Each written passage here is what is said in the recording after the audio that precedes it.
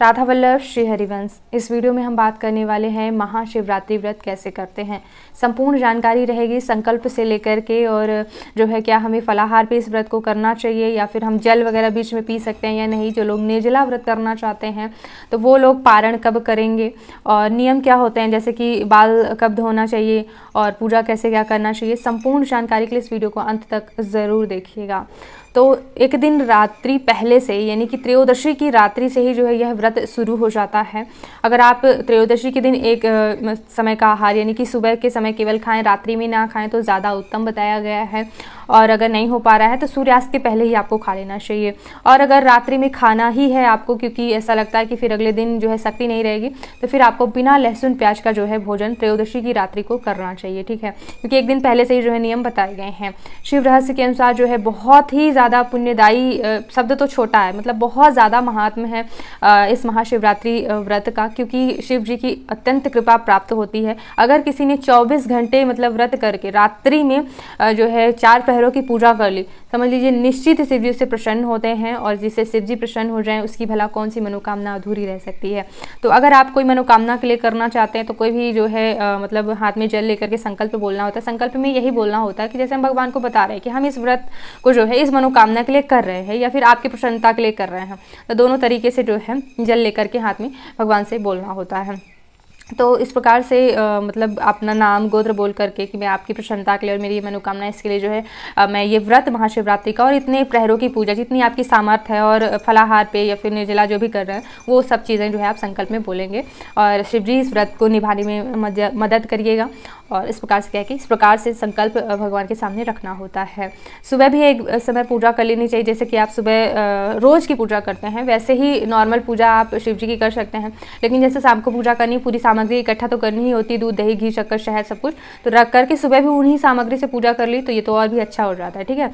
तो इस तरह से आप मंदिर में भी जो है सुबह जा कर के पूजा कर सकते हैं, ऐसा करना है। और बाल धोना है या नहीं धोना, तो जो है अगर आप एक दिन पहले जो है शैम्पू लगा कर के सिर धो पाएँ, उस दिन केवल बालों को गीला करके स्नान करें तो ज़्यादा अच्छा है। बाकी जो है इस दिन भी बाल धोकर स्नान किया जा सकता है। शुक्रवार का दिन है, इसमें तो कोई जो है मनाही नहीं होती है। और क्योंकि मैं शैम्पू वगैरह वर्जित बताती हूँ, क्योंकि उसमें अंडा वगैरह का प्रयोग किया जाता है, व्रत के दिन नहीं करने को बताती हूँ, इसलिए जो है कह रही हूँ कि शैम्पू का प्रयोग एक दिन पहले कर लिया जाए तो ज़्यादा उत्तम रहता है। दूसरी चीज़ है कि इसी तरह से जो है ब्रश भी करने के लिए यानी कि टूथपेस्ट का प्रयोग वर्जित बताती हूँ, क्योंकि उसमें जो है हड्डी वगैरह का चूरा बिना टूथपेस्ट नहीं बनाया जा रहा है, ऐसा मैंने जो है इंटरनेट पे जानकारी मुझे मिली है, तो आप भी देख सकते हैं। तो क्या किया जा सकता है, रात्रि में ही जो है टूथपेस्ट किया जा सकता है, सुबह 12 कुल्ले करके मुख शुद्धि की जा सकती है, या फिर जो भी शुद्ध पेड़ के पत्ते होते हैं उन पत्तों से जो है मुख शुद्धि की जा सकती है, ठीक है। तो ये आपको, या फिर जो है आपको दंत मंजन प्रयोग करना चाहिए, जो सूखे पाउडर आते हैं उनका प्रयोग करना चाहिए। तो इस तरह से एक रात्रि यानी त्रयोदशी की रात्रि को ही जो है आपको ब्रश करके सोना चाहिए जब आप भोजन इत्यादि कर लेते हैं, सुबह कुल्ला करना है। फिर जो है जैसे कि मैंने बताया कि ब्रह्म मुहूर्त में तो ज़रूर ही उठना है किसी भी व्रत में। अगर आप जो है सूर्य देवता आ गए हैं बाद में उठते हैं तो एक व्रत का नियम यहीं पर टूट जाता है। बहुत ज़रूरी होता है सूर्योदय से पहले आप जगें और स्नान करके सूर्य देवता को अर्घ्य प्रदान ज़रूर करें। इसके बाद अपने व्रत का संकल्प लें भगवान शिव जी की पूजा के साथ। अब निर्जला करना है या फिर फल वगैरह ले सकते हैं, नहीं तो जैसी जिसकी सामर्थ्य है एक भुक्त आहार यानी एक समय का आप आहार ले सकते हैं।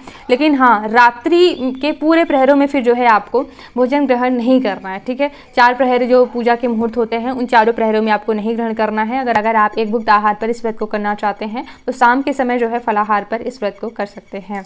तो इस तरह से जो है वैसे तो मैं कहूँगी 24 घंटे निर्जला निराहार इस व्रत को करने से मतलब अत्यंत प्रभावशाली ये व्रत रहता है, ठीक है। और बहुत जल्दी शिव जी की कृपा प्राप्त होती है। अगर उनसे भक्ति मांगी जाए श्री रामचंद्र जी की तो और ज़्यादा प्रसन्न होते हैं। उन्हें रामचरितमानस सुनाई जाए, राम नाम कीर्तन सुनाया जाए तो और ज़्यादा जो है भगवान शिव शंकर प्रसन्न होते हैं। तो मिट्टी के शिवलिंग तैयार कर लेने हैं। रात्रि के समय जो है 6:30 से 9:30 के बीच में जो है पहला प्रहर, पहले प्रहर के मुहूर्त होते हैं। तो मिट्टी या तो आप 4 शिवलिंग तैयार करके हर शिवलिंग में आवाहन करके फिर पूजा षोडशोपचार विधि से कर सकते हैं। दूसरा तरीका ये भी होता है कि आप एक ही शिवलिंग मिट्टी का तैयार करें और जो है चारों प्रहरों की पूजा उसी में कर लें। दोनों तरीके से मिट्टी के शिवलिंग जो है खंडित नहीं होते हैं, चिंता की कोई बात नहीं होती है। मिट्टी थोड़ा सा जो है आपको टाइट बस करनी है, बहुत ज़्यादा गीली नहीं होनी चाहिए कि बहुत गीला गीला शिवलिंग बनाए, ठीक है। नहीं तो फिर जो भी आपके घर में शिवलिंग आप रोज़ पूजा करते हैं उनसे भी आप पूजा कर सकते हैं। पूजा विधि पूरी मैंने बताई हुई है। जब पूजा आप करने बैठते हैं तब भी थोड़ा सा एक बार संकल्प यानी प्रार्थना स्वरूप बोलना होता है कि मैंने जो ये व्रत किया है महाशिवरात्रि का, इसकी पूर्णता के लिए आज आज जो है चारों प्रहरों की पूजा करने का संकल्प लेती हूँ या फिर लेता हूँ, ऐसा जो है दोबारा संकल्प मतलब पूजा का बोलना होता है, ठीक है। फिर जो है पूजा जो है भगवान का आवाहन करना होता है कि भगवान शिव शंकर आइए, शिवलिंग में विराजमान होइए, और फिर पूरी पूजा जो है क्रम से करनी होती है। तो उसकी वीडियो जो है आपको मेरे चैनल पे मिल जाएंगे।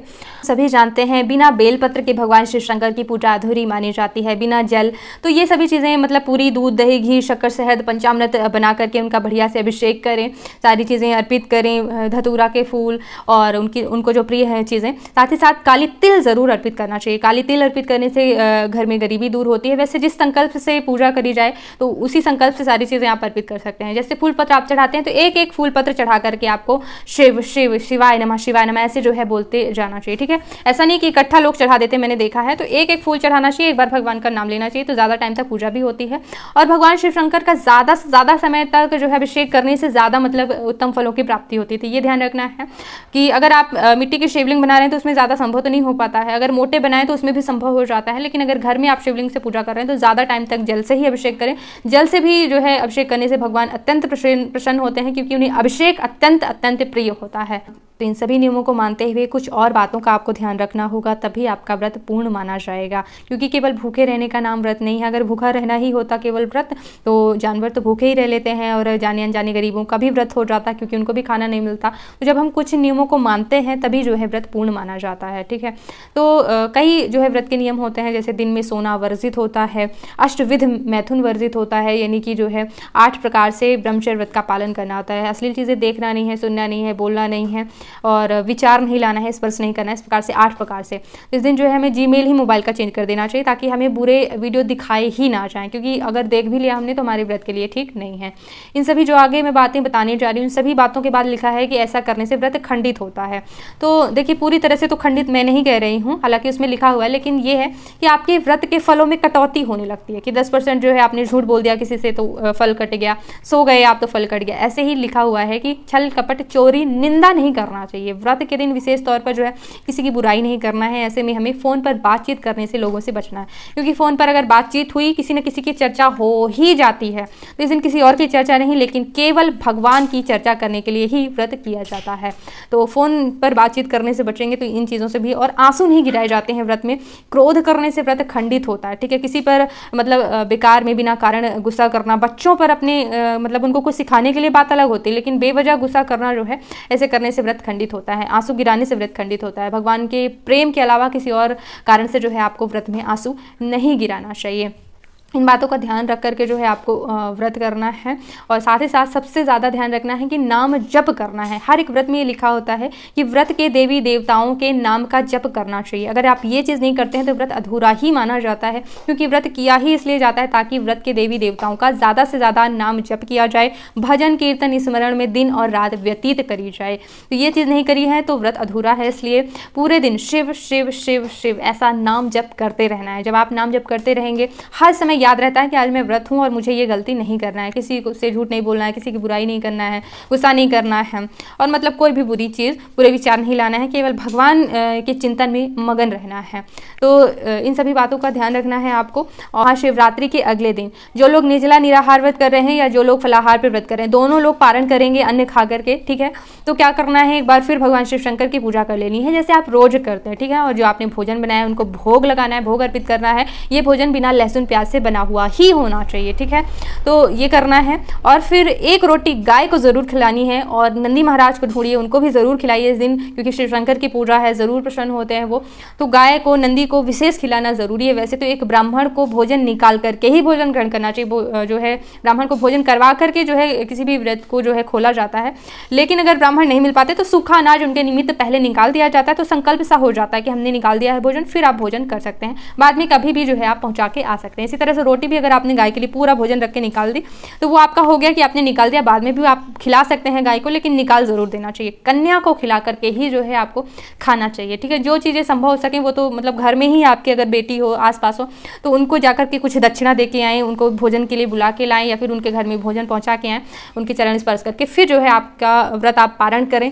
किसी भी व्रत में पारण से पहले मतलब दान दक्षिणा किया जाता है, सूखा अनाज और कुछ पैसे, वस्त्र, सब कुछ सारी चीज़ें जो है दान किया जाता है।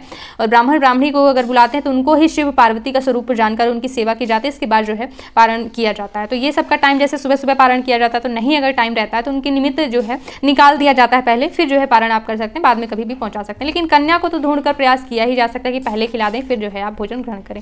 ये चीज़ें करते हैं तो आपका जो है व्रत निश्चित ही पूर्ण होगा। आप सभी को महाशिवरात्रि की बहुत बहुत शुभकामनाएं। नाम जप करना बिल्कुल मत भूलिएगा। नाम जप कैसे करते हैं, क्या है, कुछ और भी जानकारी अगर चाहिए भक्ति से संबंधित तो पूरी प्लेलिस्ट बनी हुई है। शिव जी की पूजा से संबंधित भी अलग से प्लेलिस्ट बनी हुई है, तो आइएगा जरूर एक बार। और इस वीडियो को देखने के लिए बहुत बहुत धन्यवाद। राधे राधे।